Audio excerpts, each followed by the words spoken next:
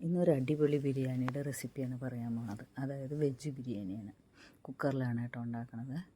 അതിന് വേണ്ടി ആദ്യം ഒരു കുക്കർ അടുപ്പത്ത് വെച്ച് 2 സ്പൂൺ നെയ്യ് ഒഴിച്ച് കൊടുക്കുക.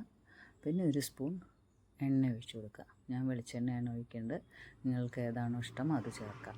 പിന്നെ ഒരു 2 ഗ്രാമ്പൂ, 2-3 ഏലക്ക, പട്ട, ബേ ലീഫ് എല്ലാം ചേർത്തിട്ട് ഒന്ന് വഴറ്റിയെടുക്കുക. ഇനി ഇതിലേക്ക് സവാള നുറുക്കി വെച്ചിട്ടുണ്ട്. ചെറുതായി ഇട്ടല്ല, ഞാൻ കുറച്ച് നീളത്തിലാണ് അരിഞ്ഞ് വെച്ചിട്ടുള്ളത്, അതാണ് ചേർത്ത് കൊടുക്കുന്നത്. പിന്നെ ക്യാരറ്റ്, ബീൻസ് രണ്ടും ചേർത്ത് കൊടുക്കാം.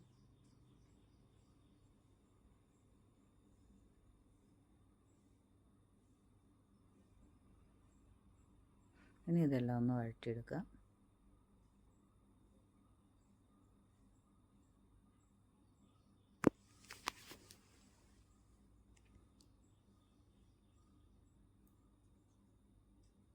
ആവശ്യത്തിന് ഉപ്പ് ചേർത്ത് കൊടുക്കാം. കുറച്ച് ഗ്രീൻ പീസ് ഉണ്ടായിരുന്നു, ഞാൻ അതും ചേർത്ത് കൊടുക്കുന്നുണ്ട്. പിന്നെ ഉരുളക്കിഴങ്ങ്, കോളിഫ്ലവറൊക്കെ വേണ്ടവർക്ക് ചേർക്കാം കേട്ടോ. ഇവിടെ അതൊന്നും ഇല്ലാത്തതുകൊണ്ട് ഞാൻ ചേർത്തിട്ടില്ല.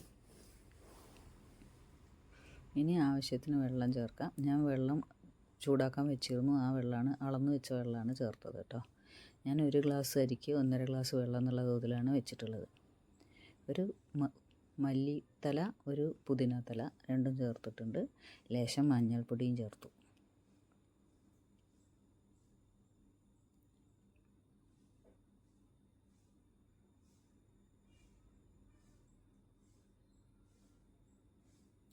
കഴുകി ഊറ്റി വെച്ചിട്ടുള്ള അരി ചേർത്ത് കൊടുക്കാം. വെള്ളം നന്നായിട്ട് തിളച്ച ശേഷമാണ് കേട്ടോ ഞാൻ അരി ഇട്ടത്.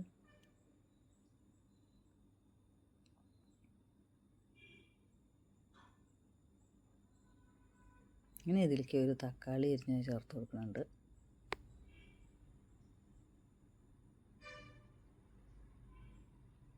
ഞാൻ ഇഞ്ചി വെളുത്തുള്ളിയുടെ പേസ്റ്റല്ല ചേർത്തത്, ഇഞ്ചിയും വെളുത്തുള്ളിയും പച്ചമുളകും കൂടി മിക്സിയിൽ നിന്ന് അരച്ചിട്ട് അതാണ് ചേർത്ത് കൊടുത്തത് കേട്ടോ.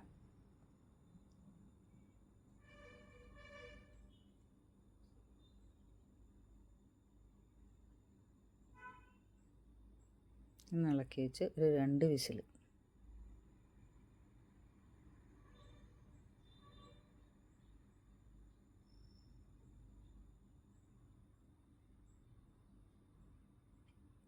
ഇനി നെയ്യിൽ കുറച്ച് മുന്തിരി, കുറച്ച് അണ്ടിപ്പരിപ്പ്, അത് രണ്ടും വറുത്തത് ചേർത്ത് കൊടുക്കാം.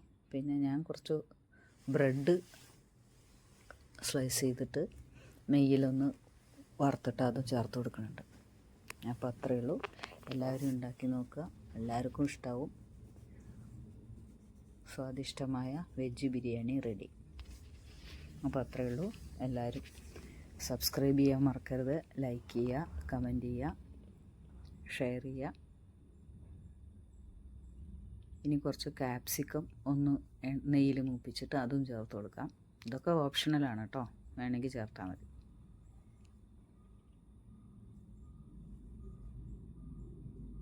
അതിന് ഞാനൊരു നുള്ളു ഉപ്പ് ഇട്ടു, ബാക്കിയുള്ളതിനൊക്കെ ഉപ്പ് ഇട്ടതാണല്ലോ. ഇനി ക്യാപ്സിക്കം ഉപ്പില്ലാണ്ട് വേണ്ടാവുന്നുണ്ട്, അതിലേക്ക് ലേശം ഉപ്പിട്ടിട്ടുണ്ട്.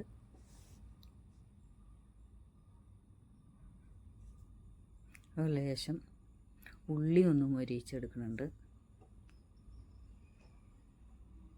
സവാളയാണ്, ചെറിയ ഉള്ളിയല്ല.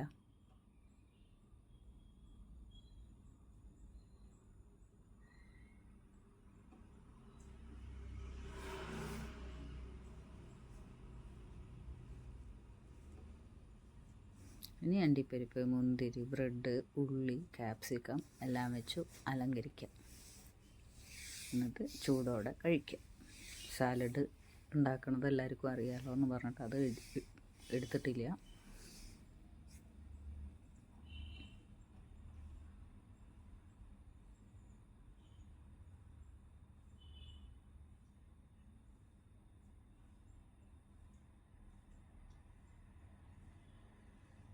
അപ്പോൾ അത്രയേ ഉള്ളൂ.